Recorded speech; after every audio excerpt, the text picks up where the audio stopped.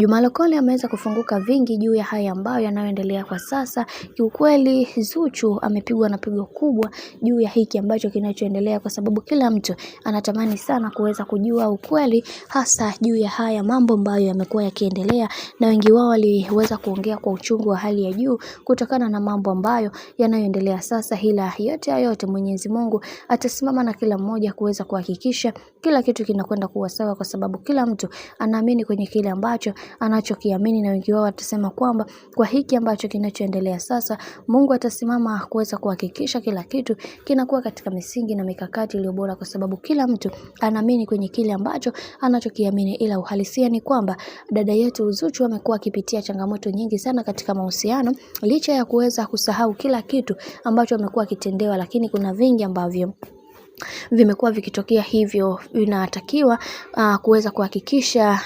kila kitu kinakuwa katika mikakati na misingi iliyo bora. Lakini tumeweza kuona baadhi ya watu wengi waliweza kufunguka vingi wakisema kwamba kwa hiki ambacho kilichoweza kumtokea bibi Zuchu, nafikiri atakuwa amejifunza kwa mara nyingine kuweza kuhakikisha maisha yake yanakuwa katika misingi na mikakati iliyo bora, kwa sababu kila mtu anaamini kwenye kile ambacho anachokiamini, na wengi wao wakasema kwamba kiukweli Zuchu ni moja kati ya mwanamke ambaye mara zote anapitia changamoto sana katika maisha yake, ila tunaamini katika hili atakuwa amejifunza, na wengi wao wameendelea kuweza kumuombea kwa Mungu aweze kuwa kati ya moja ya mwanamke ambaye mwenye amani na furaha katika maisha, licha ya watu wengi kuweza kumzungumzia vibaya, lakini bado aliendelea kupambana na kuhakikisha maisha yake yanakuwa katika mikono iliyo bora na iliyo salama zaidi. Maana mambo ndo kama hivyo ambavyo yanavyozidi kuona kadri siku zinavyozidi kwenda, ndivyo mambo ambavyo yanavyozidi kupamba moto juu ya hiki ambacho kinachoendelea kwa sasa. Mimi nikusii, kama ndo mara kwa kwanza,